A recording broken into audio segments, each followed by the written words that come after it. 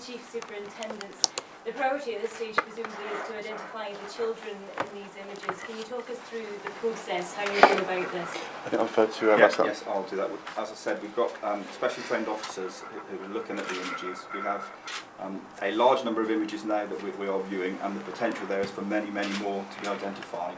Bear in mind, you look at cameras or laptops, computers, that sort of thing. So we have seized the evidence. We've prioritised the items that we've looked at in order to be able to do something today and make sure we actually put these things into place. But there will be more investigations to carry on over the coming days and weeks to view all the images. Can I just ask what scale of evidence you're sorting through? I mean, what sort of range of equipment has been seized? How big is this investigation? The starting point is a camera. As we know with media these days, many phones have cameras within. That's what we've started off with. That's the images we're talking about for today, but we also have things such as computers, laptops and documentary evidence as well. But the emphasis is on what images do we have, and I don't want to go into detail of what exactly the images are about for the reasons we spoke about. Just to clarify, that's a camera phone? Yes. Now, how many images are we talking about here?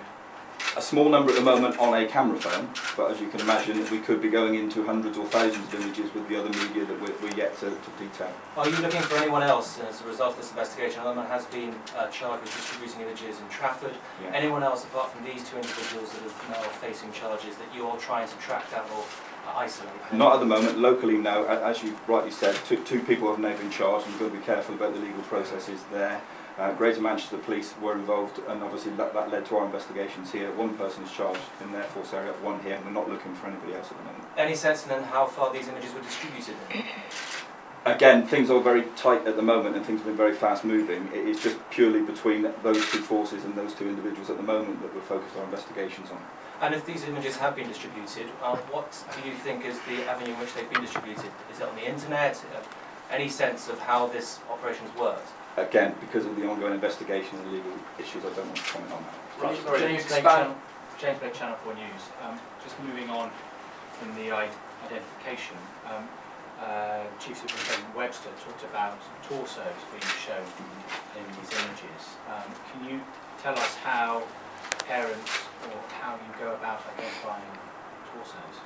Again, that's a very sensitive process, and what we want to do is engage and work with and continue to work with the families as part of that investigation and support to them. So I don't want to go into the process that will follow because they are very sensitive. The reason we've mentioned torsos is just to give an indication of how difficult the identification is going to be, but hopefully we'll be able to work on that and identify some of the children.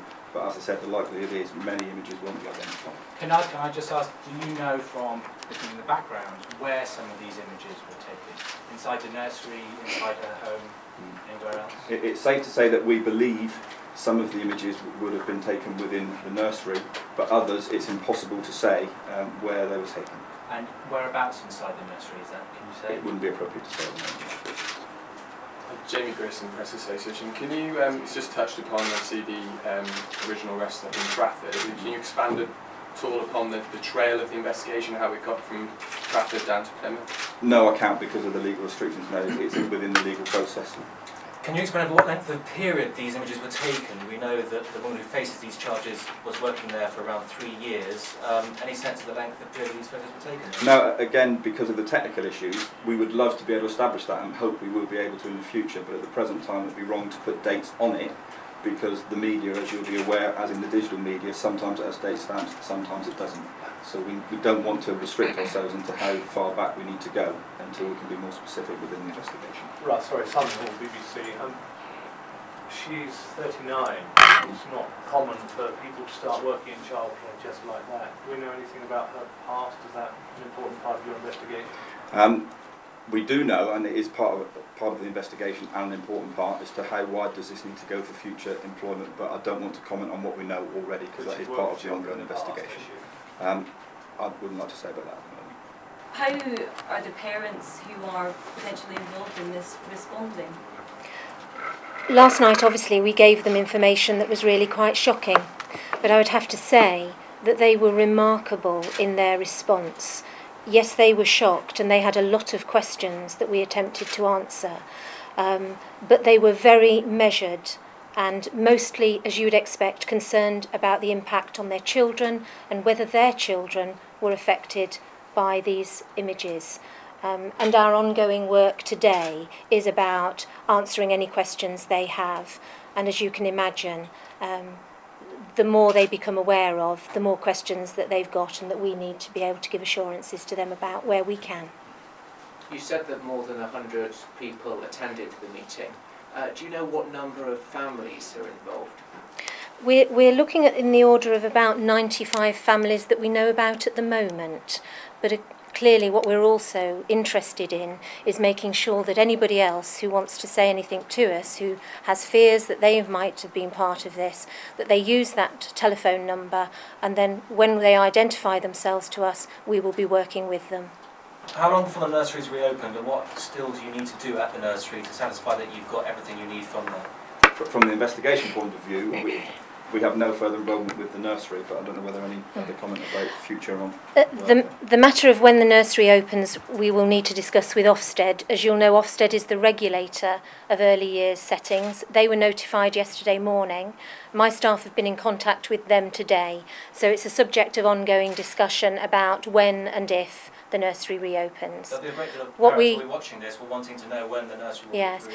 And indeed that was one of their questions last night, and what we were able to do was to last night tell them that there was no planned date for the reopening of the nursery. Clearly that's a matter not only for Ofsted but for the manager and the provider of the private day nursery. They need to consider that.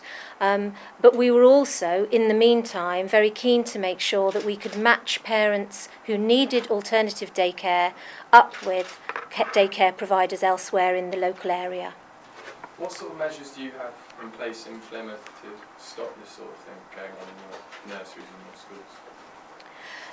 As you would expect, there are very clear government guidelines about the operation of nurseries, and Ofsted's responsible for making sure that they meet acceptable standards.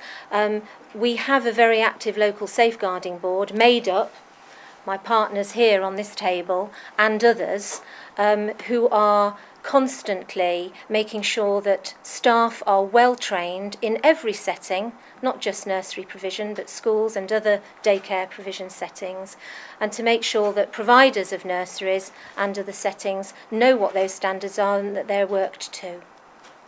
As I understand, there is an official scale for grading images of this nature from 1 to 5, where 5 is the most serious. Correct me if I'm wrong there.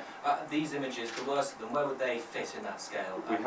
We have a range of images from the bottom of that scale through to probably scale 4. And any sense of how you can explain how sort of harrowing it was for your officers to look at those images?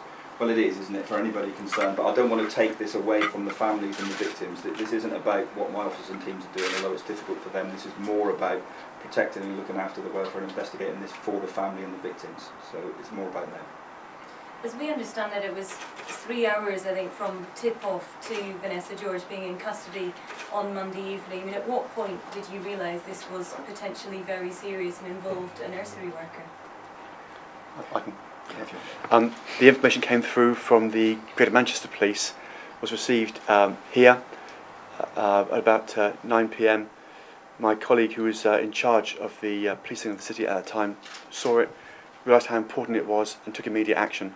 It was clear from the outset that any allegations that involve indecent images and children and a nursery is going to cause immediate response, and the seriousness of the matter is reflected in the fact that search teams and arrest teams prepared that night, arrests carried out that night, searches throughout the night, and the operation ran continuously from then till now.